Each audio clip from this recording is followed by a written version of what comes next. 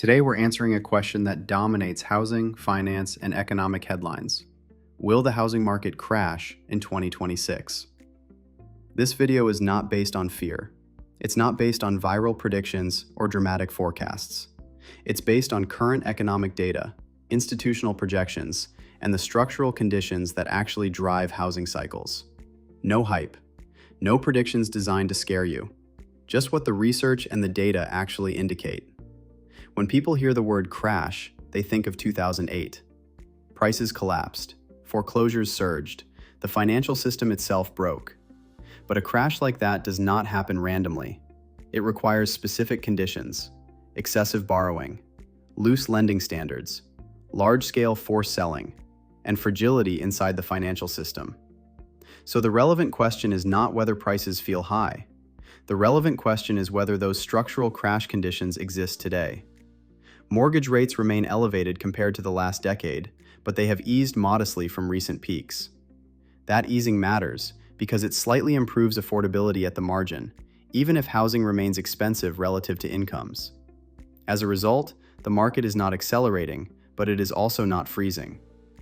National home prices continue to rise slowly. This is a meaningful change from the rapid appreciation seen between 2020 and 2022. Price growth has decelerated significantly, but it has not reversed at the national level. Transaction volume has stabilized and begun to recover modestly as buyers and sellers adjust to the new rate environment. This indicates that the market is finding a clearing level rather than seizing up. Another stabilizing factor is limited housing supply.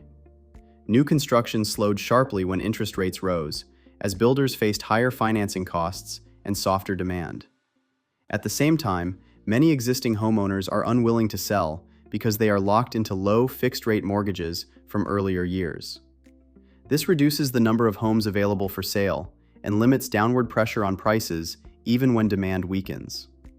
The result is a market that adjusts slowly rather than one that resets abruptly. Demand is constrained by affordability, not destroyed by fear. Households are cautious. They are price-sensitive, but they are not exiting the market in large numbers. That distinction is critical because a crash requires panic and forced liquidation.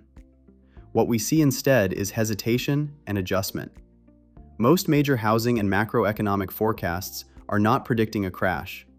They are projecting slower growth, flat prices, or mild declines in certain overheated regions.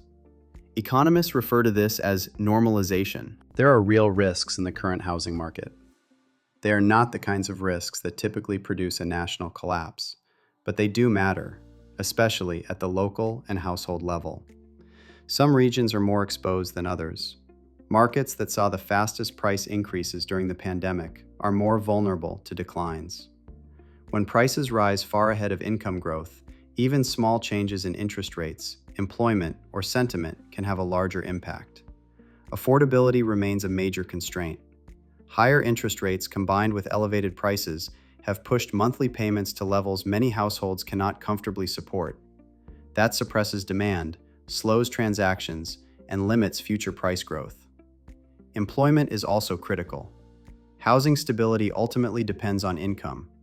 If unemployment were to rise sharply, financial stress would increase and defaults could follow, introducing forced selling into the system, which is one of the key ingredients of a crash.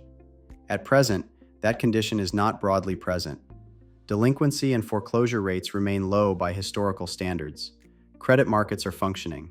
Household balance sheets, on average, are not overextended in the way they were before 2008. So while risks exist, they are localized and conditional. They point toward uneven adjustment, not systemic failure.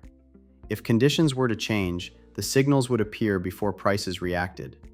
Rising delinquencies, sustained job losses, or a sharp rise in inventory would indicate increasing stress. Crashes begin when people are forced to sell and buyers disappear. That is not what the data shows today. Based on current data, forecasts, and structural conditions, a nationwide crash in 2026 is not the most likely outcome. What is more likely is a period of normalization, slower growth, adjustment, and stabilization. That is not dramatic, but it is historically consistent. And in financial markets, Consistency matters more than speculation.